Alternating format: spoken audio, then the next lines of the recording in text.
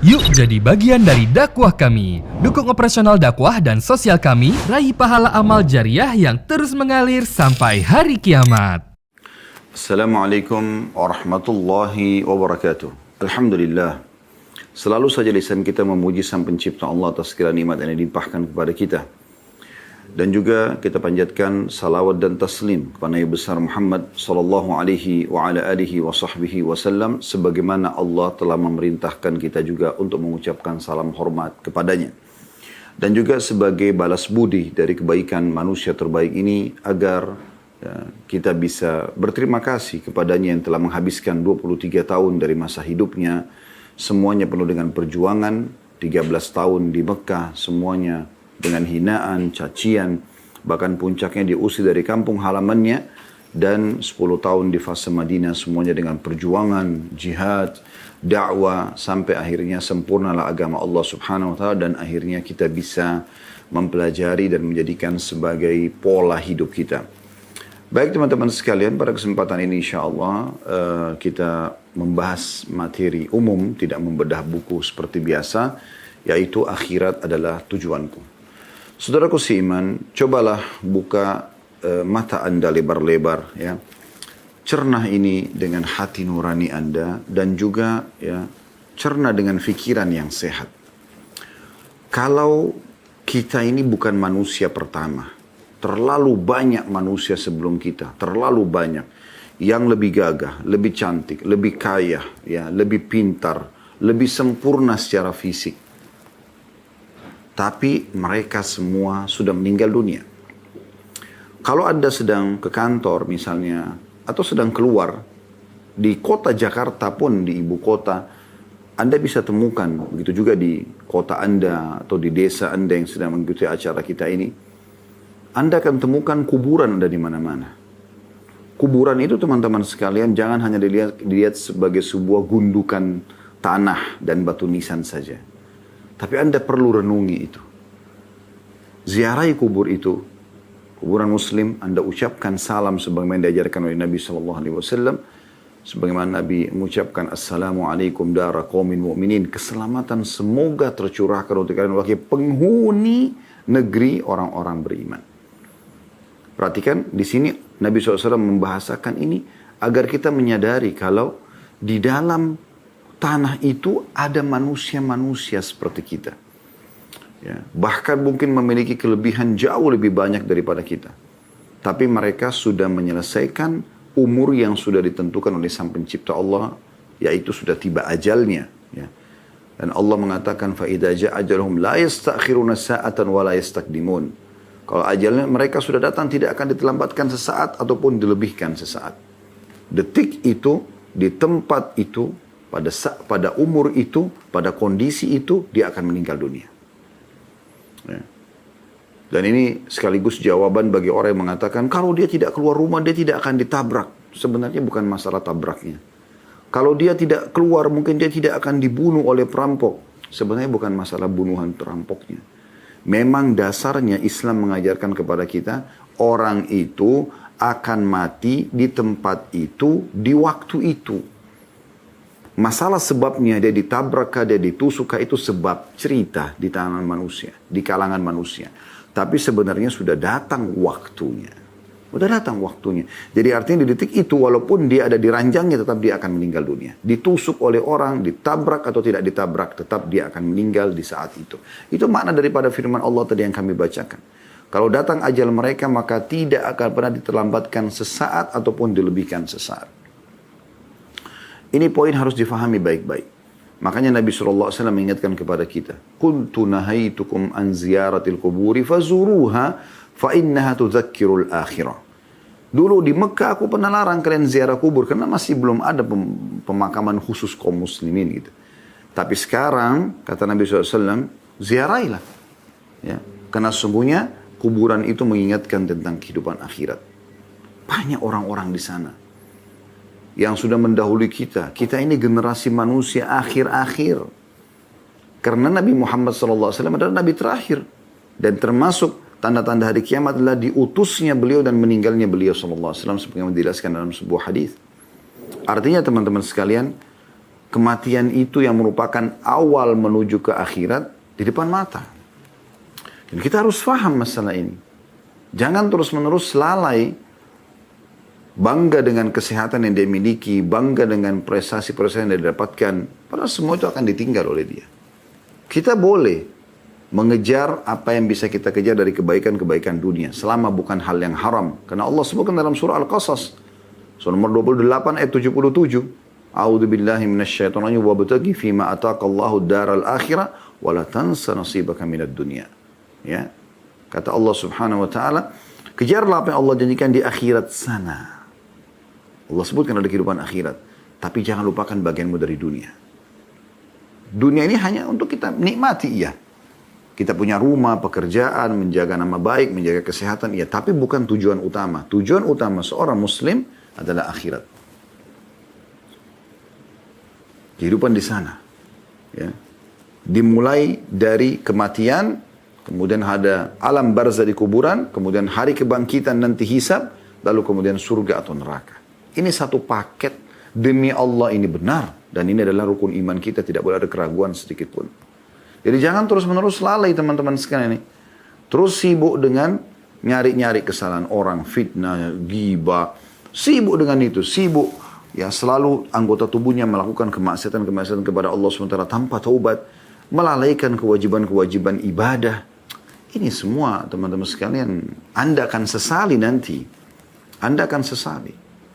Waktu Anda yang sudah berlalu tidak bisa Anda kembali untuk memperbaiki kalaupun misalnya ya, ada amal-amal yang Anda kerjakan, amal soleh yang kurang. Atau Anda tinggalkan, tidak bisa Anda minta kepada Allah, ya Allah kembalikan saya di umur 17 tahun, dulu ada sholat duhur, saya nggak sholat, saya mau sholat ya Allah. Walaupun Anda masih hidup, tidak bisa lagi. Yang bisa tinggal Anda bertaubat kepada Allah SWT. Kembali kepada Allah supaya Allah maafkan. Dan akan ada beda derajat Anda dengan orang yang mengerjakan ibadah di saat itu. Ya, jadi kalau ibadah itu tidak bisa kita ulangin.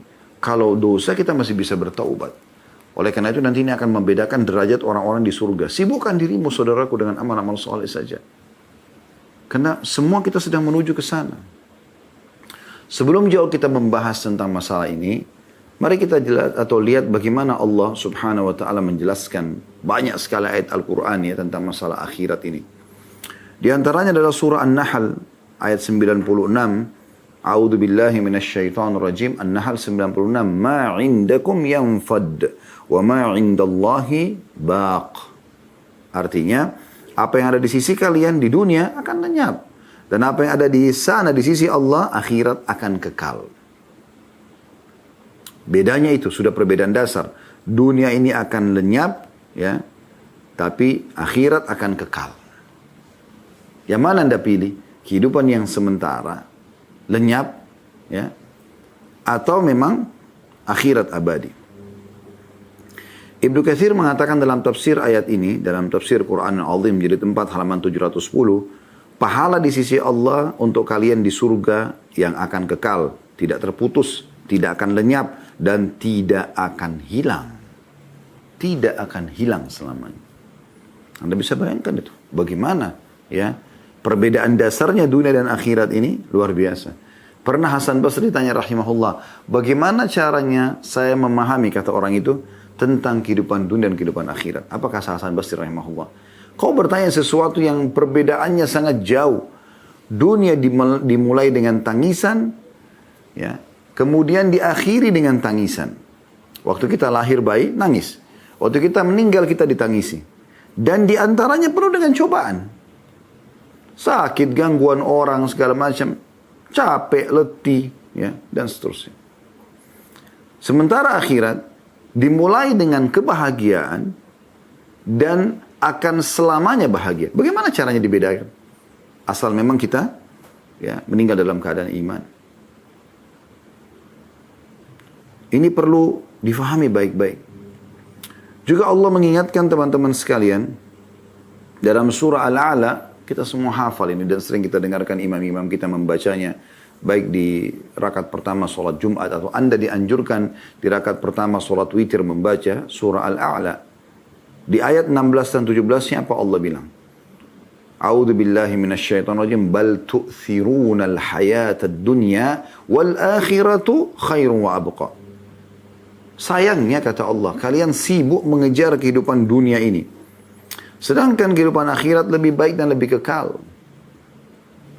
Artinya, sebatas kebutuhanmu di dunia.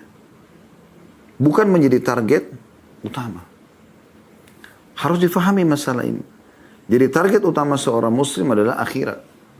Sehingga dia menunggangi urusan atau kehidupan dunianya untuk mendapatkan yang terbaik di akhirat sana. Karena memang di akhirat tidak ada pilihan lain. Cuma ada surga atau neraka. Surga jelas tiketnya, iman dan amal saleh. Neraka jelas kekufuran, kemunafikan, kemusyrikan, maksiat yang tidak taubat. Nah, neraka. Jelas kok konsepnya. Tinggal Anda pilih yang mana. Ke surga atau ke akhirat. Ke surga atau ke neraka. Banyak orang sebenarnya kalau ditanya, mau masuk surga atau masuk neraka? Masuk surga. Tapi dia tidak beli tiketnya. Dia nggak punya tiketnya. Dia nggak beriman, dia tidak beramal saleh. Bagaimana caranya dia mau masuk surga? Sementara udah jelas ini tiketnya. Anda bagaimana bisa naik pesawat, ya, kereta api, segala macam tanpa tiket? Nggak mungkin gitu. Ya. Di dunia Anda mesti bisa mengakal-akalin. Tapi di akhirat nggak bakal bisa. Mustahil gitu. Dan bagaimana orang bilang, saya tidak mau masuk neraka, disiksa. Tapi amal-amal yang dia kerjakan, tiket yang dia persiapkan untuk ke neraka. Kekufuran, kemunafikan, maksiat kepada Allah, sibuk dengan dosa-dosa. Lalu dia bilang, saya tidak mau masuk neraka. Bagaimana caranya gitu? Makanya saya bilang dari awal tadi, cernah teman-teman sekalian.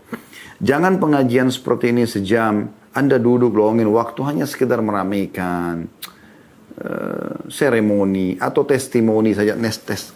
Enak gak sih dengar ceramahnya? Gak usah lihat siapa yang menyampaikan, saudara. Apa yang disampaikan? Allah menggerakkan saya dan teman-teman untuk duduk bersama-sama. Walaupun kita tidak offline, kita melalui online. Seperti ini, kecuali Allah menginginkan sesuatu yang sampai kepada kita. Ini sebuah kebaikan. Kita diingatkan tentang masalah ada kehidupan abadi. Saya mulai dengan diri saya sendiri sekarang. Saya sedang mengingatkan diri saya, baru kemudian teman-teman. Semua penceramah menyadari masalah itu.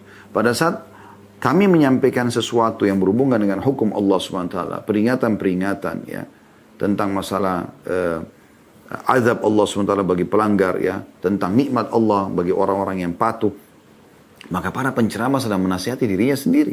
Bermula dari kami, kemudian Anda semua. Ya. Malik bin Dinar rahimahullah pernah berkata, "Lau kanatid dunya min zahabin yafna." Seandainya dunia adalah emas yang akan fana, wal akhiratu min khazrin yabqa, sementara akhirat dari tembikar yang kekal abadi, lakana alwajibu an yu'thira kharfa atau khazfa yabqa ala dhahabin yafna. Maka sudah sangat wajar kalau seseorang wajib memilih sesuatu yang kekal, yaitu tembikar, walaupun dari tembikar akhirat itu misalnya, daripada emas yang nanti akan fana. فَكَيْفَ وَالْآخِرَةُ مِنْ ذَهَبٍ يَبْقَى وَالدُّنْيَا مِنْ خَزْفِ يَفْنَى.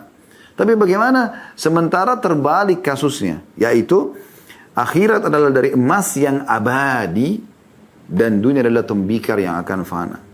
Bagaimana bisa orang memilih masalah dunia dan merupakan akhiratnya? Maka ini perlu difahami baik-baik. Ingat teman-teman sekalian, terlalu banyak manusia sebelum kita. Kita ini manusia-manusia terakhir. Jangan konyol terus ini, jangan terus-menerus dalam kebodohan dan kelalaian. Terlalu banyak orang mendahului kita, dan beruntunglah kita pada siang ini Allah mudahkan untuk mendengarkan apa yang akan disampaikan, ya, atau akan tersampaikan dari ayat-ayat Al-Quran, dari hadis-hadis Nabi SAW, dari perkataan para salafus saleh. Beruntung sekali kita bisa mendapatkan ini semua. Terutama bagi diri saya gitu. Mengingatkan kembali. Baru kemudian Anda semuanya. Kita beruntung sekali teman-teman sekalian bisa mengingat. Oh ternyata memang ada hari pulang nih. Jangan apa yang sudah membuat orang-orang sebelum kita sekarang menyesal di kuburan mereka. Kita melakukan lagi hal yang sama sehingga kita mendapatkan hasil yang sama. Yaitu kita juga akan menyesal bersama mereka di kuburan. Kenapa kita nggak lihat orang-orang yang sudah sukses? Nabi SAW, para sahabat Nabi Ridwanullahi alaihim, syuhada Badr, syuhada Uhud, ya. Banyak di antara mereka yang bisa kita jadikan sebagai pelajaran. Bagaimana mereka melalui kehidupan dunia ini dengan kebahagiaan. Mereka makan yang enak, mereka minum yang enak, mereka berpakaian, mereka menjadi raja-raja dunia. Nabi SAW jadi raja selain Nabi di Madinah. Khulafa Rasyidin Abu Bakar, Umar, Utsman, Ali ridwanullah alaihim menjadi raja. Mereka makan, mereka minum, mereka berpakaian, mereka menikah, mereka punya keturunan. Mereka dapat prosesi dunia. Tapi mereka juga membawa semua itu menuju ke akhirat. Bagaimana mengulangi semua itu untuk mendapatkan yang terbaik di akhirat. Sehingga mereka sukses. Kenapa kita nggak seperti mereka? Kenapa kita nggak ikutin orang yang sudah baik ini? Kenapa harus mengikuti Fir'aun dan kelompok-kelompoknya, Qarun dan kelompok-kelompoknya, Namrud dan kelompok-kelompoknya? Kenapa? Kenapa Abu Lahab? Kenapa Abu Jahal? Kenapa bukan Abu Bakar sama Umar radhiyallahu anhum? Sudah tahu orang kalau kufur akhirnya akan neraka, akhirnya akan disiksa di kuburan. Waktu jenazah orang-orang kafir Quraisy di perang Badr, ya, dikumpulin, Nabi SAW suruh masukin di dalam satu sumur. Nabi SAW panggil satu persatu nama mereka. Sambil mengatakan kepada mereka, ya, kata Nabi SAW, sungguhnya aku telah mendapatkan apa yang Tuhanku janjikan. Maksudnya dengan beriman dan beramal soleh ini, Allah berikan kemenangan. Bukti sekarang kami menang di atas kalian. Dan kami mendapatkan harta rampasan perang, kami mendapatkan urusan dunia. Dan kami akan mendapatkan di akhirat sana nanti. Kalau mati, kami mati seperti kalian, kami akan dapat apa yang Allah janjikan dari surga dan kehidupan yang senang, abadi. Apakah kalian sudah mendapatkan apa yang Allah ancamkan pada kalian? Nabi SAW berbicara dengan mayit-mayit itu. Ya, kata Umar, ya Rasulullah, mereka sudah jadi bangkai. Bagaimana mereka bisa mendengar Anda? Kata Nabi SAW, demi zat yang jiwaku dalam genggamannya, hai Umar, sesungguhnya mereka lebih jelas mendengarku daripada engkau mendengarku sekarang. Allah kasih itu mereka dengar. Artinya Nabi SAW menyampaikan para sahabat, lihat nih, mereka dulu orang kafir di Mekah, kufur kepada Allah, mereka musyrik. Mereka kufur terhadap, ya, tidak mau mengimani risalah yang aku bawa ini, ya, tidak mau jadi orang baik, maka sekarang mereka meninggal. Lihat akhirnya ini. Nah, sama akibat akhir itu akan sama. Orang kafir akan sama akibatnya, orang musyrik akan sama, munafik akan sama.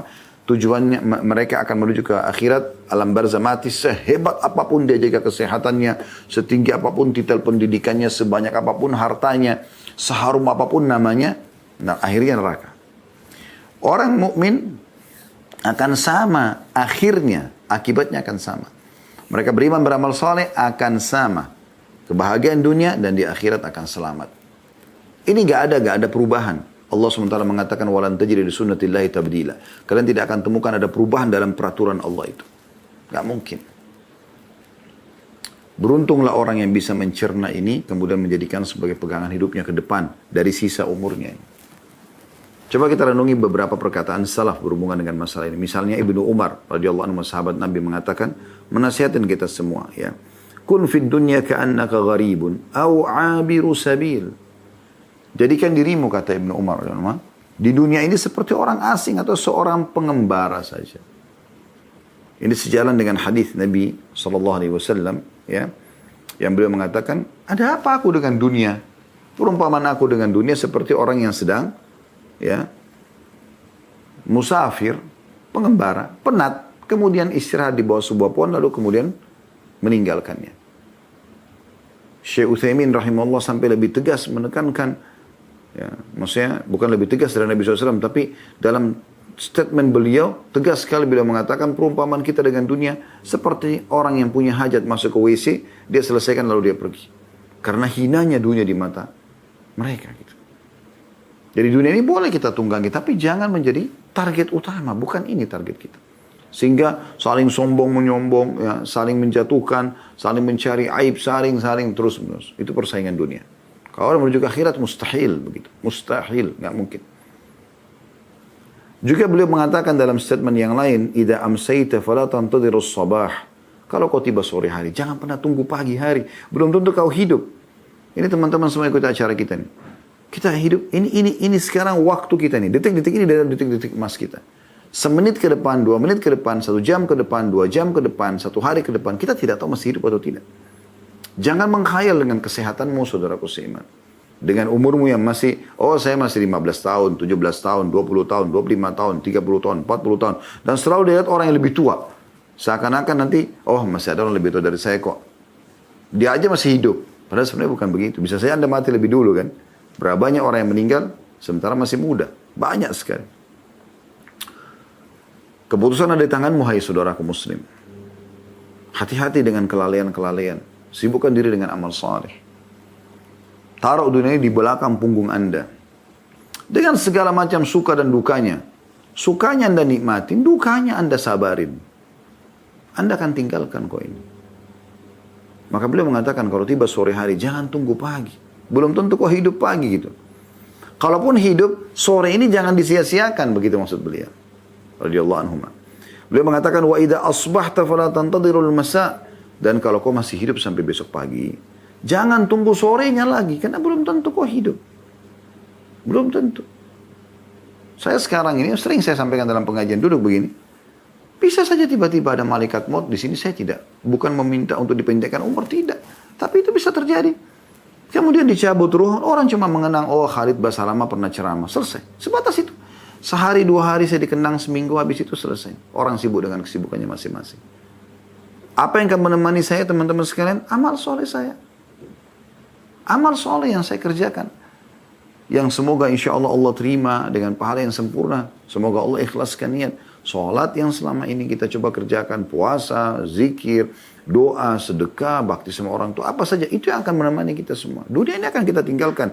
Tidak akan mungkin semua titel Anda ditaruh lagi di kuburan dalam bentuk apa gitu. Nggak, titel juga cuma ditulis di nama saja. Profesor, doktor, LC, MA, MM, apalah ya. MAG dan seterusnya. Hanya ditulis saja. Orang berbangga kadang-kadang dengan itu, padahal sebenarnya tidak ada gunanya. Ya. Hanya formalitas kita. Hanya formalitas. Untuk apa semua itu? Menjadikan sebagai kebanggaan. Kalau kita tunggangi untuk kebutuhan dunia kita mungkin. Ya. Selama itu bukan haram, tidak ada masalah. Tapi jangan jadi target utama. Baju Anda beli bermerek, tidak ada yang dibungkusin di jenazah Anda nanti. Oh ini karena mereknya merek A, harganya sekian juta, ini dipakai pada saat mati. Nggak ada begitu. Sepatu Anda mau dipakai mayit, nggak ada yang pakai sepatu. Kecuali orang kafir mungkin dipakai jas segala. Orang beriman tidak ada. Perintah Nabi SAW pakai kain kafan.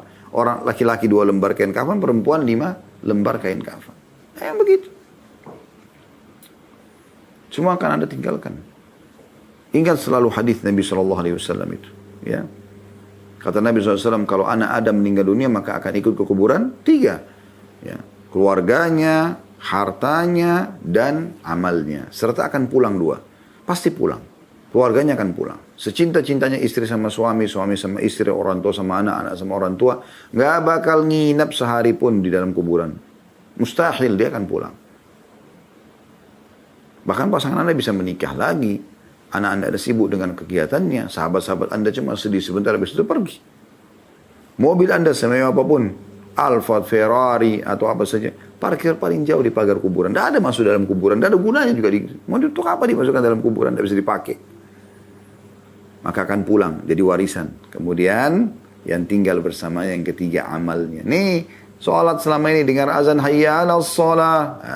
Sibuk dengan laptop. Sibuk dengan handphone. Sibuk dengan meeting. Padahal Allah sudah bilang, ayo sholat nih, ini akan temani kau di kuburan nih. Ya. Hayya 'alal falah, ayo menuju kepada kemenangan. Ini kemenanganmu di sini. Sudahlah, meeting. Ini sekian miliar, ini sekian ini sekian itu. La haula wala quwata illa billah.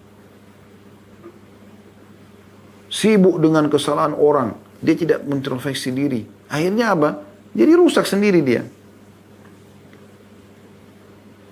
Lalu beliau mengatakan, kita kembali kepada statement Ibnu Umar radhiyallahu anhu, beliau mengatakan wa khudh min sihhatika limaradik, maksimalkan kesehatanmu sebelum kau sakit. Kalau kamu sudah sakit susah kamu beribadah. Mumpung sekarang masih sehat, ayo sebelum sakit. Wa min hayatika limautik, dan semasa hidupmu sebelum kau meninggal dunia, dalam hadis Bukhari nomor 6416. Ya. Luar biasa gitu. Hasan Basri berkata, rahimahullah, seorang ulama tabi'in, Al-mu'minu fid dunya kal gharib. La yajzi' atau la yajza' min dhulliha. Wa la yunafisu fi 'izziha. Lahu sya'n walin nasi sya'n. Artinya, seorang mukmin dunia seperti orang asing. Tidak pernah gelisah terhadap orang yang mendapatkan dunia. Tidak pernah saling berlomba dengan panggilan dunia. Ya. Panggilan dunia memiliki urusan, tidak pernah berlomba dengan penggila dunia. Ya. Dan penggila dunia memiliki urusan sendiri, sementara orang asing yang ingin pulang ke kampungnya juga punya urusan sendiri. Diambil dari kitab Al-Jami' Ulum wal Hikam, jadi 2 halaman 379. Artinya orang kalau targetnya akhirat teman-teman sekalian, dunia ini kecil bagi mereka. Apapun yang luput tidak ada masalah. Apa yang sedang terjadi seberat apapun ringan bagi dia. Bahkan seorang mukmin yang mengejar akhirat, dia lebih merasa rugi kalau ketinggalan takbiratul ihram imam daripada kehilangan proyek yang triliunan. Bukan cuma sekitar jutaan, triliunan. Dia lebih merasa sedih ya pada saat ada zikirnya yang terluputkan, ya. Merasa terbebani daripada gunjingnya orang, fitnahnya orang. Dia nggak pusing, itu tuh dia panen pahala, nggak penting bagi dia. Atha As-Salimi, ya, rahimahullah berkata, Allah marham fid dunya gurbati, warham fil qabri wahsyati, warham mawqifi gadan baina yadaik. Ya Allah, rahmatilah keasinganku di dunia. Maksudnya supaya aku selalu terisi dengan amal-amal saleh. Selamatkan dari kesedihan di kuburku nanti. Jangan sampai aku sedih di kuburan. Semoga yang temani aku amal salehku. Rahmatilah aku ketika aku berdiri di hadapanmu kelak nanti. Mungkin masih banyak kesalahanku nanti, akhirnya aku bisa masuk neraka. Ya Allah, kasihani aku. Dari sekarang teman-teman, mumpung masih hidup, ayo, segera. Segera. Dari detik ini, bertaubat teman-teman sekalian. Bertobat. Bahaya sekali kalau tidak. Keputusan di tangan Anda sendiri. Kalau Anda bertobat segera kembali, bukan dengan amal soleh, Anda yang beruntung. Anda yang beruntung. Gak ada orang lain. Anda terus lalai, ya, sibuk dengan maksiat, tidak taubat, maka Anda yang rugi. Gak ada orang lain yang rugi. Kata Yahya bin Mu'ad Ar-Razi, rahimahullah, ini semua diambil dari kitab Jami'ul Ulum wal Hikam, ya. Kurang lebih berdekatan halamannya. Jilid 2 halaman 379, 380, 381 ya. Beliau mengatakan ad-dunya khamrus syaitan. Dunia ini adalah khamarnya syaitan, minuman kerasnya syaitan. Wa man sakira minha lam yufiq illa fi askaril mauta nadiman ma'al khasirin. Siapa yang mabuk dengan khamrnya syaitan ini, barulah tersadarkan diri ketika kematian datang kepadanya, maka dia akan menyesal bersama dengan orang-orang yang rugi. Ada satu nasihat Fudail bin Iyad rahimahullah, ini sudah berulang-ulang saya baca, subhanallah. Tapi setiap kali baca, tersentuh lagi. Beliau pernah mengatakan pada seseorang, ya.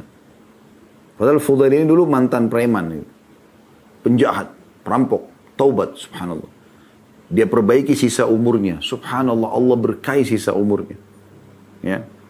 Allah berkahi sisa umurnya. Sampai sahabat dia namanya Abdullah bin Barak mengatakan, sungguh pada diri Fudail ada tanda-tanda kebesaran Allah bagi orang yang mau bertaubat. Dulu perampok, dia kalau merampok sendirian dulu, rahimahullah. Sampai kalau ada orang mau lewat di satu tempat yang dia biasa ngerampok orang, itu mereka mengatakan, jangan lewat sana ada Fudail. Fudail ini sendirian dan bisa membunuh banyak orang. Tapi dia taubat, subhanallah. Taubat dan dia isi sisa umurnya dengan kesolehan. Maka Allah berkahi. Dia jadi beribadah kepada Allah dan subhanallah menjadi ulamanya muslimin. Dan hampir setiap nasihat-nasihat secara masalah keimanan ada perkataan Fudail bin Iyad, rahimahullah. Beliau pernah mengatakan pada seseorang, kam atat alaik. Sudah berapa umur yang kau lewatin? Lagi belum ngobrol berdua, dia tiba-tiba, berapa umurmu yang sudah kau lalui? Orang itu menjawab, 60 sana, 60 tahun. Fudail bertanya lagi, atau mengatakan, fa anta mundu 60 sanatan tasiru ila rabbika yushiku an tablugh. Sadarilah, berarti kau sudah 60 tahun sekarang menuju ke Tuhanmu dan sebentar lagi kau sampai loh. Maka orang itu mengatakan, inna lillahi wa inna ilaihi raji'un. Dia kayak tersadarkan gitu. 60 tahun umur saya. Kan biasa orang bilang, oh 60 tahun masih sehat, masih kuat. Gitu. Nggak sadar. Loh, kok ini makin dekat. Sudah 60 tahun ini kau jalan terus menuju Tuhanmu. Orang kalau umurnya 15 tahun berarti sudah 15 tahun menuju Tuhannya. Ya, Anda sekarang umur berapa? 30 tahun, sudah 30 tahun berjalan menuju Tuhan Anda. Saya 46 tahun, berarti sudah 40 tahun saya jalan menuju ke Tuhan. Allahu alam berapa lama lagi Allah kasih umur. Orang itu mengatakan, inna lillahi wa inna ilaihi raji'un. Dia kayak ketakutan. Kami milik Allah, kami akan kembali kepada Allah. Fudail kembali bertanya, ata'rifu tafsirah? Kau tahu makna tafsir dari perkataanmu itu? Kalimat istirja tadi, inna lillahi wa inna raji'un. Maka orang itu diam. Lalu kata Fudail bin Iyad, maknanya adalah, ana lillahi abdun wa ilaihi raji'. Aku adalah hamba Allah dan kepadanya aku akan kembali. Faman alima annahu lillahi abd. Dan siapa yang menyadari kalau dia adalah seorang hamba bagi Allah, wa annahu ilaihi raji', dan dia pasti akan kembali kepadanya, falya'lam annahu mauquf. Maka dia harus sadar dia akan diberdirikan nanti diminta pertanggungjawaban. Wa man alima annahu mauquf, dan siapa yang tahu bahwasanya nanti dia akan dibangkitkan, falya'lam annahu mas'ul, maka dia juga harus tahu dia akan diminta pertanggungjawaban. Wa man alima annahu mas'ul falyu'id lis-su'ali jawaba. Dan siapa yang menyadari kalau dia itu akan bertanggung jawab, maka dia harus mempersiapkan jawaban-jawaban. Kenapa kau nggak sholat? Kenapa kau nggak puasa? Kenapa kau zina? Kenapa kau bohong? Kenapa? Siapkan pertanyaan, jawabanmu. Ya. Orang itu lalu berkata pada Fudail bin Iyad, faman hilah? Lalu apa solusinya? Seakan-akan dia berpikir, saya sudah 60 tahun, tapi banyak sekali dosanya nih, kekurangannya banyak. Amal masih sedikit. Maka kata Fudail, yasir, mudah sebenarnya. Orang itu baik bertanya, mahiyah. Dengan penasaran dia mengatakan, apa itu? Kata Fudail, tuhsinu fima baqi, yughfaru laka ma madha. Perbaiki sisa umurmu yang masih ada ini, maka akan dimaafkan kesalahanmu yang lalu. Fa innaka in asa'ta fima baqi, karena kalau kau isi dengan kerusakan-kerusakan dari umur yang tersisa ini, ukhidat, ya, atau ukhidta bima madha wa bima baqi, maka kau akan disiksa oleh Allah dari apa yang lalu dan yang akan datang. Ini nasihat yang luar biasa ini, ya. Diambil dari kitab Jami' Ulum wal Hikam jilid 2 halaman 383.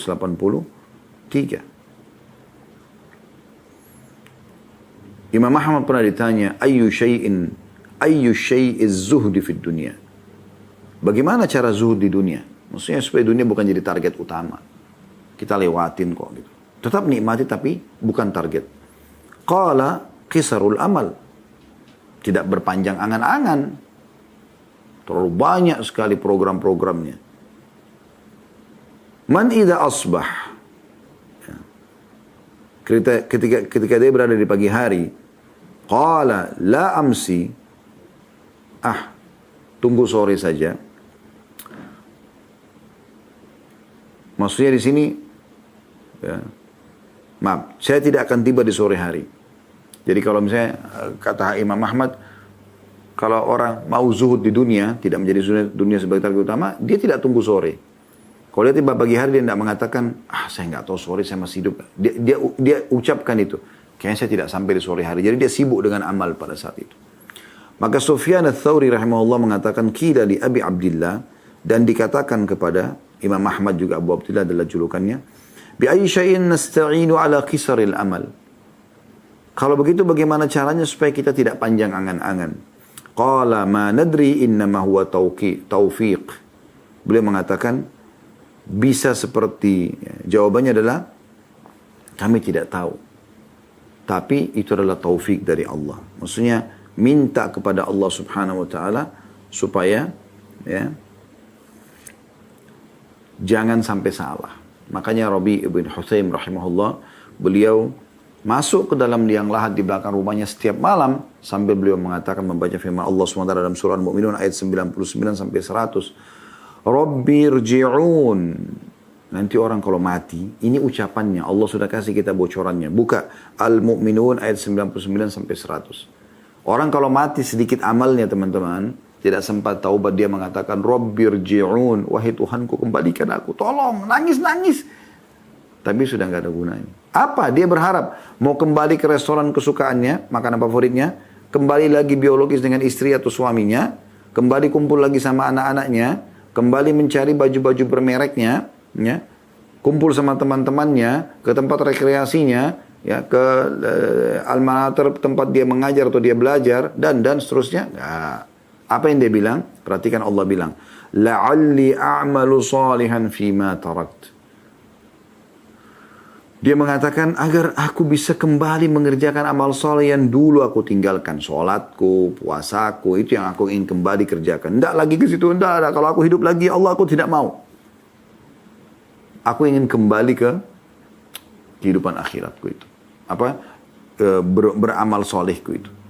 Apa sih sebenarnya yang dijanjikan di akhirat itu? Ya, kalau kita mau bicara ini panjang lebar ya tentang prosesi kematian, kemudian ada alam barzah, ada hari kebangkitan di mahsyar. Itu semua panjang bahasannya. Ya, yang jelas kalau Anda beramal soleh, beriman, beramal soleh, sudah punya tiketnya di dunia, Anda akan selamat di alam barzah, Anda akan selamat juga dihisab hari kiamat. Tapi yang saya ingin titik beratkan sekarang teman-teman sekalian, kenapa harus akhirat menjadi tujuan kita? Alasannya karena di sana ada kehidupan bagi orang yang patuh kepada Allah abadi. Di surga. Perhatikan, kita coba renungi beberapa hadis Nabi SAW. Beliau mengatakan melalui hadis Abu Hurairah radhiyallahu anhu bahwasanya beliau bersabda, inna awwala zumratin yadkhuluna al-jannata ala suratil qamari lailatul badr. Ketahuilah bahwasanya kelompok pertama yang masuk dalam surga nanti mereka ya seperti ya bulan purnama ya, di malam Lailatul Qadar. Walladzina ilunahum ala ashaddi kawkabin durriyin fis sama'i dha'ah.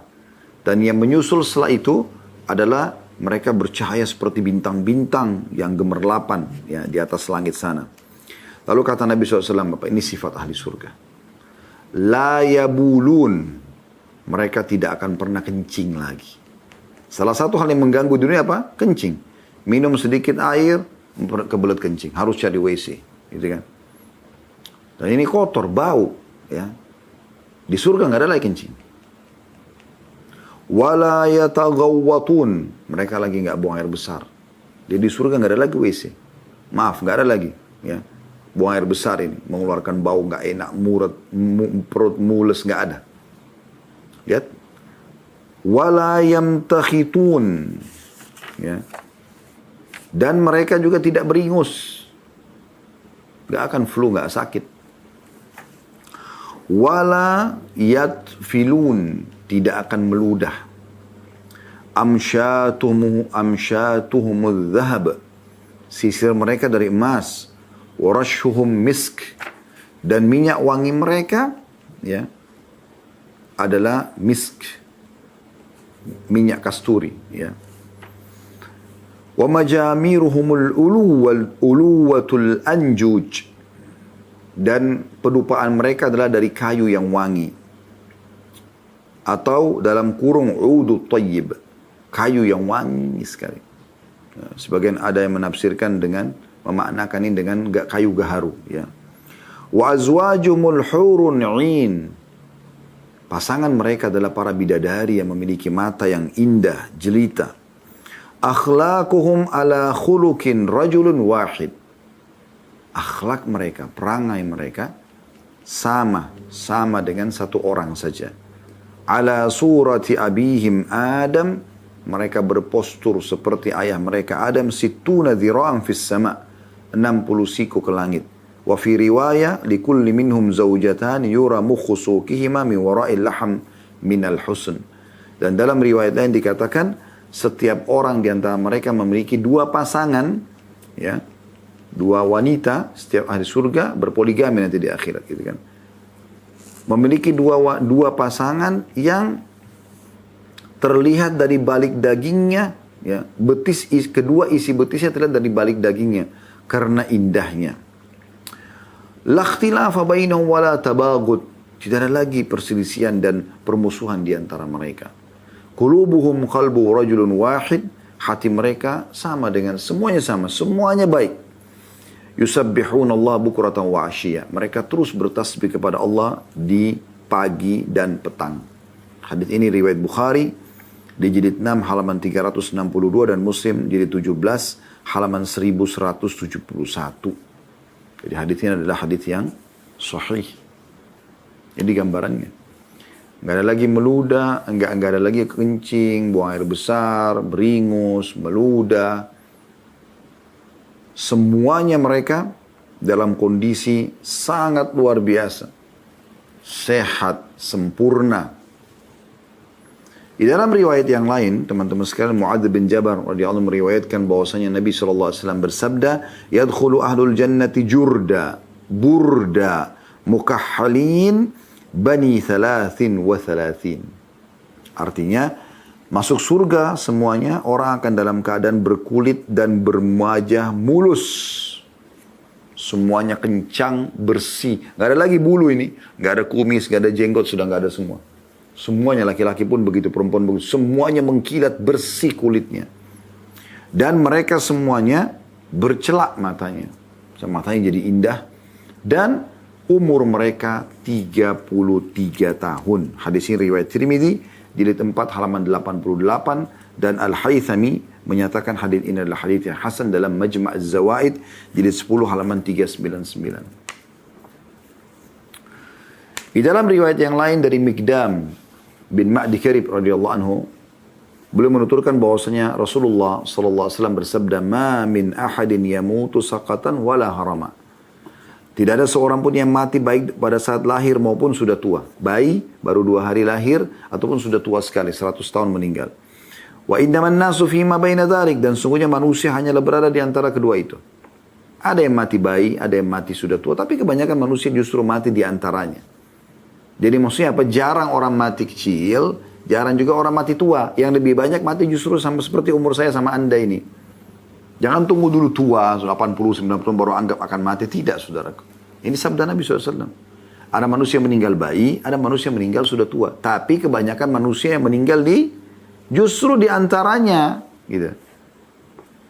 Kata Nabi SAW, "Wa innaman nasu fima baina dzalik. Illa bu'itha ibnu 33 sana." Kecuali nanti dibangkitkan, semuanya umurnya 33 tahun. Bagi anda yang meninggal anaknya umur 7 tahun, ketemu nanti 33 tahun di akhirat. Bagi nenek dan kakek anda meninggal 120 tahun, ketemu 33 tahun. Tidak lebih sehari, tidak kurang sehari.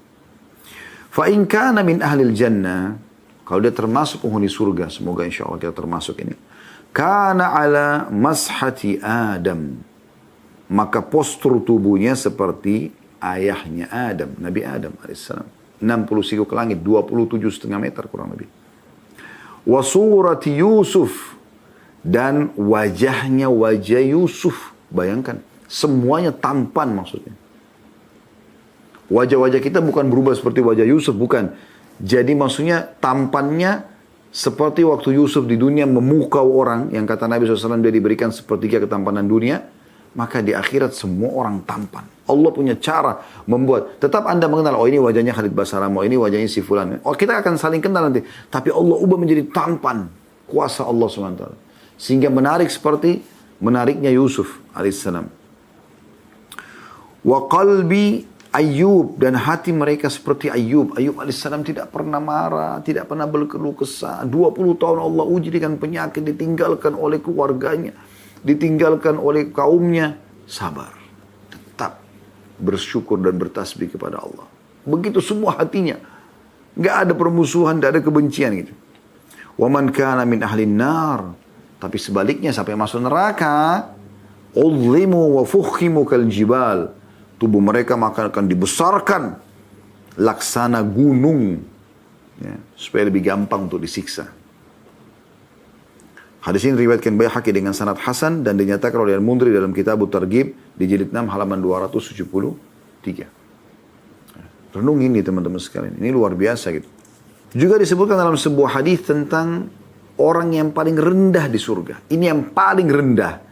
Didatangkan contoh ini supaya Anda sudah bisa bayangkan, oh yang paling rendah aja begitu, bagaimana dengan orang yang sedang atau yang paling tinggi. Semoga kita termasuk yang paling tinggi insya Allah.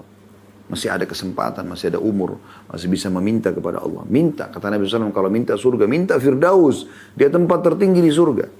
Walaupun amal kita tidak cukup. Dari hadis Al-Mughirah bin Syu'bah radhiyallahu anhu, beliau mengatakan, Bahwasanya Nabi SAW bersabda, sungguhnya Musa pernah bertanya kepada Robnya, apakah serendah-rendah kedudukan ahli surga? Yang paling rendah di surga itu seperti apa orangnya gitu. Maka dijawab, seseorang yang datang setelah ahli surga masuk ke dalam surga. Lalu dikatakan kepadanya, masuklah ke dalam surga. Ia menjawab, wahai Robku, bagaimana mungkin sementara manusia telah menempati istana mereka masing-masing dan mengambil bagian mereka. Di dalam riwayat lain, Allah perlihatkan seperti surga itu sudah penuh. Dia nggak tahu harus masuk kemana, ke tempat mana punya dia gitu, yang dia bisa dapat, yang bisa nikmati. Dikatakan kepadanya, apa kamu rela? Allah berfirman kepadanya, apa kamu rela memiliki sebagaimana dimiliki oleh raja dunia? Ingat raja terkait dunia siapa? Nah, kamu akan miliki seperti itu, mau nggak?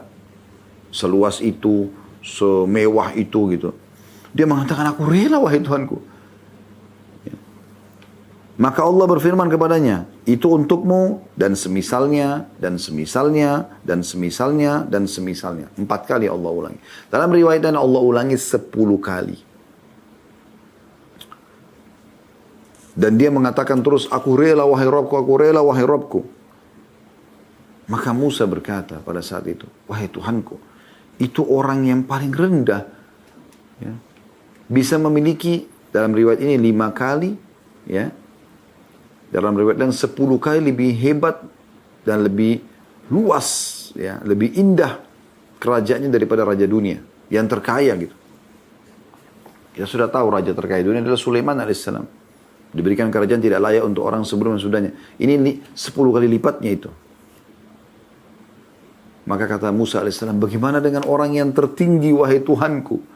Kata Allah SWT, mereka itulah orang-orang yang aku kehendaki, aku pilih mereka. Aku tanam kemuliaan mereka dengan tanganku dan aku menentukan atas mereka.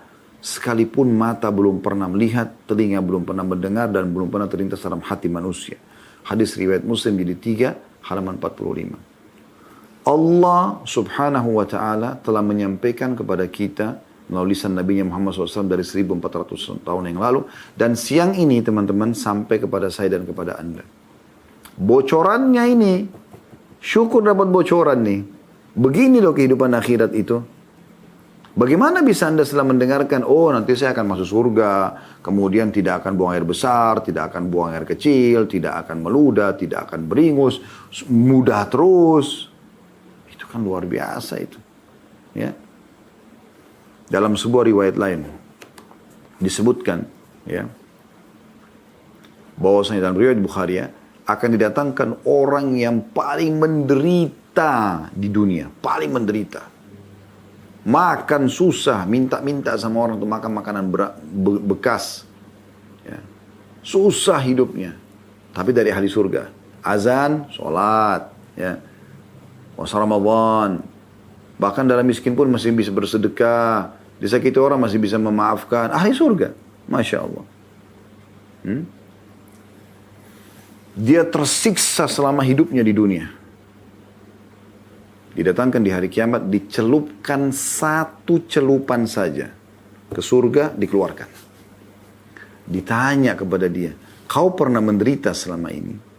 Pernah nggak kau lihat kesusahan selama ini? Jawaban dia apa? Demi Allah tidak pernah. 1 celupan di surga, lupain semuanya penderitaannya. Ini orang paling menderita di dunia ini. Dan sebaliknya, hati-hati dengan ini. Kata Nabi SAW, akan didatangkan hari kiamat orang penghuni neraka yang paling besar nikmatnya di dunia.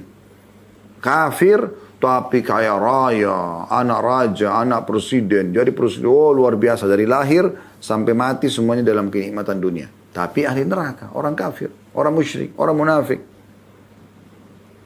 Didatangkan hari kiamat, dicelupkan 1 celupan di neraka. Masuk, dikeluarkan lagi. Secelup. Ditanya, pernah nggak kau lihat nikmat selama ini? Pernah nggak kau rasakan kenikmatan selama ini? Jawabannya, demi Allah tidak pernah. Hilang semua itu. Nikmatnya makanan, nikmatnya minuman, nikmatnya biologis, nikmatnya kendaraan, nikmatnya istana, nikmatnya udara, nikmatnya semua hilang. Hanya dengan 1 celupan di neraka. Keputusan di tangan anda, saudaraku. Anda mengatakan misalnya, Ustaz, saya sudah coba kok. Saya sudah taubat, saya sudah beramal soleh, segala macam. Apalagi yang saya harus lakukan? Kejar tingkatan-tingkatan tinggi di surga. Karena surga itu tingkat-tingkatan. Tingkat-tingkatan. Allah mengatakan wa fi dzalika falyatanafasil mutanafisun. Pada tingkatan-tingkatan surga itulah seharusnya orang bersaing. Ayo bersaing. Bersaing, kejar. Jangan mau cukup masuk surga saja, enggak. Bagaimana mendapatkan derajat-derajat yang tinggi? Karena memang ada banyak ya, tingkatan-tingkatannya. Allah mengatakan dalam surah Toha, surah nomor 20 ayat 75 bunyinya, A'udzubillahi minasyaitonir rajim, "Wa may ya'ti mu'minan qad 'amilas shalihati fa ulaika lahumud darajatul 'ula." Ya Allah, semua kita termasuk ini ya. Sabar teman-teman sekalian, banyak beramal saleh, tinggalkan kemaksiatan, tobat segera. Ya. Barang siapa yang datang kepada Rabbnya, meninggal dalam keadaan beriman, lalu bersungguh-sungguh beramal saleh, sibuk dari amal saleh ke amal saleh, tidak mau sibuk dengan yang lainnya.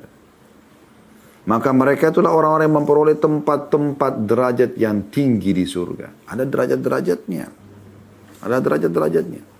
Juga Allah sebutkan dalam surah Al-Imran 162 sampai 163. Bunyinya a'udzubillahi minasyaitonir rajim. Afaman ittaba'a ridwanallahi kaman ba'a bi sakhatin minallahi wa ma'wahu jahannam wa bi'sal masir. Hum darajatun 'indallahi wallahu basirun bima ya'malun.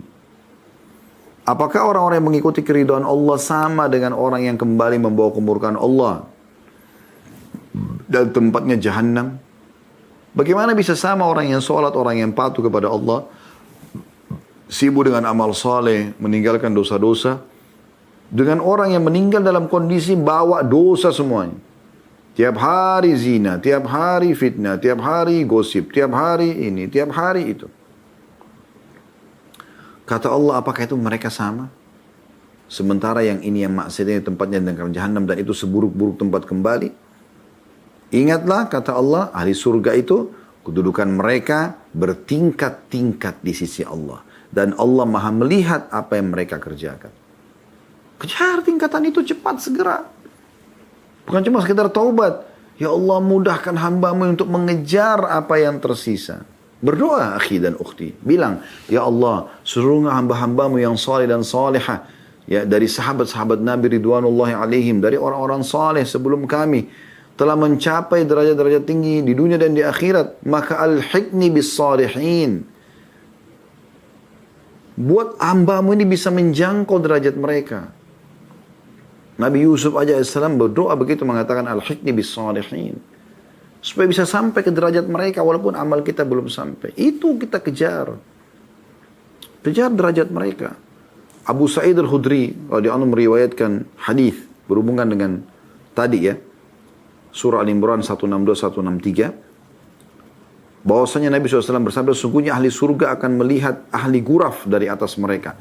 Nanti kalau kita di surga kita akan bisa melihat di atas kita istana-istana yang lain gitu kan, sebagaimana mereka melihat bintang bersinar terang yang melintas di ufuk dari timur dan barat karena perbedaan keutamaan di antara mereka. Jadi maksudnya nanti ada orang di surga, dia sudah mewah sekali istananya, tapi dia nanti lihat di atasnya banyak istana-istana lain tapi jauh sekali dari dia, jauh sekali. Dia hanya lihat seperti bintang-bintang yang gemerlapan saja. Bintang-bintang yang gemerlapan. Seperti berserakannya bintang-bintang di langit yang miliaran ini di timur dan barat. Karena perbedaan kedudukan mereka. Semoga insya Allah kita mencapai derajat tertinggi di surga. Allahumma amin. Gak ada yang mustahil kalau kita tinggal manja sama Allah kok. Saudaraku manja-manja merengek. Modalnya nangis sama Allah. Syukuri nikmat, sabari cobaan. Sibuk dengan amal soleh, tinggalkan kemaksiatan. Itu aja kok sebenarnya. Nggak sulit itu. Asal Anda mau. Dan ingat, firman Allah SWT, Inna Allah la yughayyiru ma biqaumin hatta yughayyiru ma bi anfusihim. Allah tidak akan mengubah nasib satu kaum sampai mereka mengubah nasib mereka sendiri. Antum yang harus menentukan itu. Baru Allah mudahkan. Ada beberapa sahabat bertanya setelah dijelaskan tadi. Nanti ahli surga akan melihat istana-istana orang yang tinggi derajat di surga nanti seperti bintang-bintang di langit. Jauh dari dia. Dan dia tidak tahu fasilitasnya seperti apa. Tapi seperti bintang-bintang gemerlapan. Kita lihat bintang, subhanallah. Lihat saja sudah indah. Padahal kita belum pernah ke sana. Kita nggak tahu bagaimana bentuknya. Karena cahayanya yang sangat terang. Maka para sahabat bertanya, wahai Rasulullah, apakah itu kedudukan para nabi-nabi yang tidak dapat dicapai kecuali oleh mereka saja. Terlalu jauh.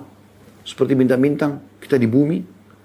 Maka kata Nabi SAW, tidak. Demi zat yang jiwaku ada di tangannya. Siapa mereka? Nabi bersumpah. Nabi mengatakan melainkan orang-orang beriman kepada Allah dan membenarkan para utusan Allah.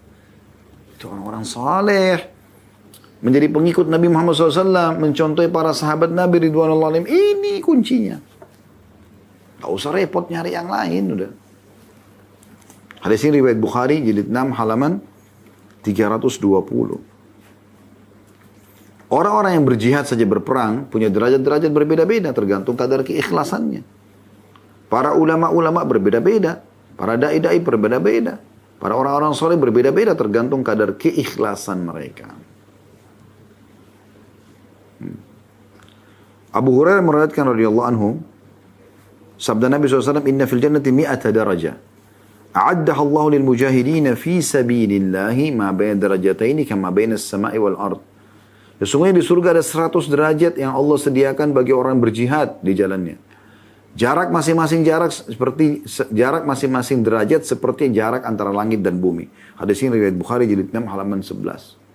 Ini luar biasa nih ya, bagaimana ya ada perbedaan di para mujahidin pun ada perbedaan, maka semua juga ulama tadi ada perbedaan, semua ada perbedaan, masing-masing ada perbedaan gitu.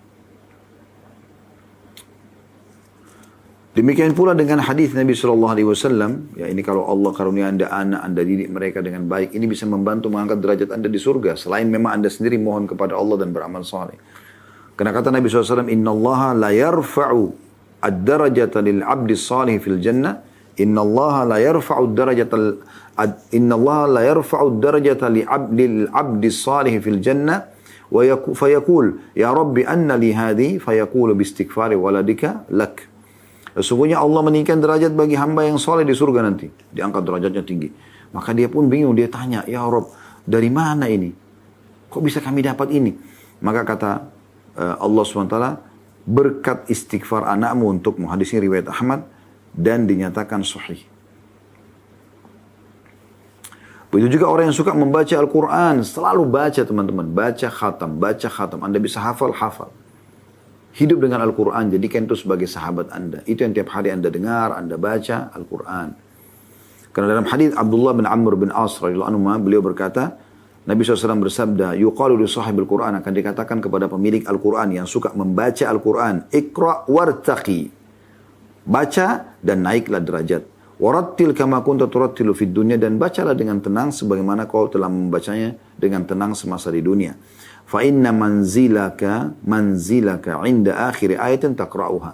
Karena kedudukanmu adalah di akhir ayat yang kamu baca. Hadis riwayat Abu Daud dan Tirmidzi dan dinyatakan hadis ini hasan sahih. Ya.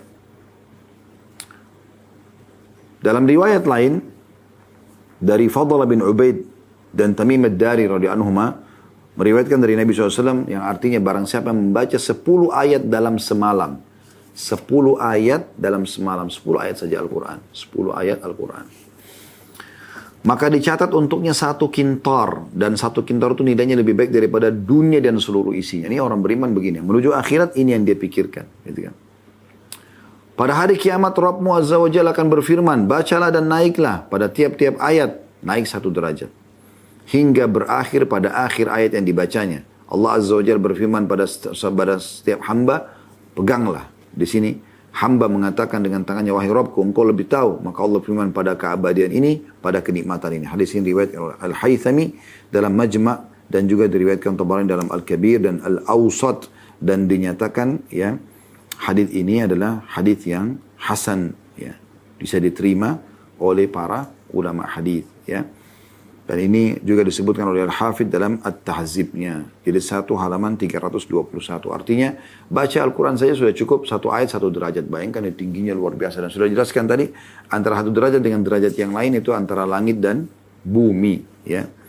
Dan sekian banyak kalau kita ingin membahas tentang masalah keutamaan surga. Ya, yang Allah janjikan, Anda bisa kembali ke bahasan kami di playlist YouTube. Khusus buku membedah Rasulullah SAW cerita tentang surga dan neraka. Dan tadi saya bacakan dari sebagian itu ya. Buku ini yang saya baca Rasulullah SAW cerita tentang surga dan neraka. Ini sebagian kecil yang kita sudah bahas di playlist YouTube itu. Jadi masih banyak, ada 30 pasal Tadi saya baru bacakan mungkin 2-3 pasal saja. Ya. Atau 2-3 bab. Tadi ada 30 bab membahas tentang masalah surga panjang lebar. Termasuk dayang-dayangnya, pelayannya, istanahnya, pohon-pohonnya, pakaiannya. Luar biasa pokoknya. Gitu kan. Kalau bukan karena keterbatasan waktu, kita mungkin akan bahas panjang lebar ya.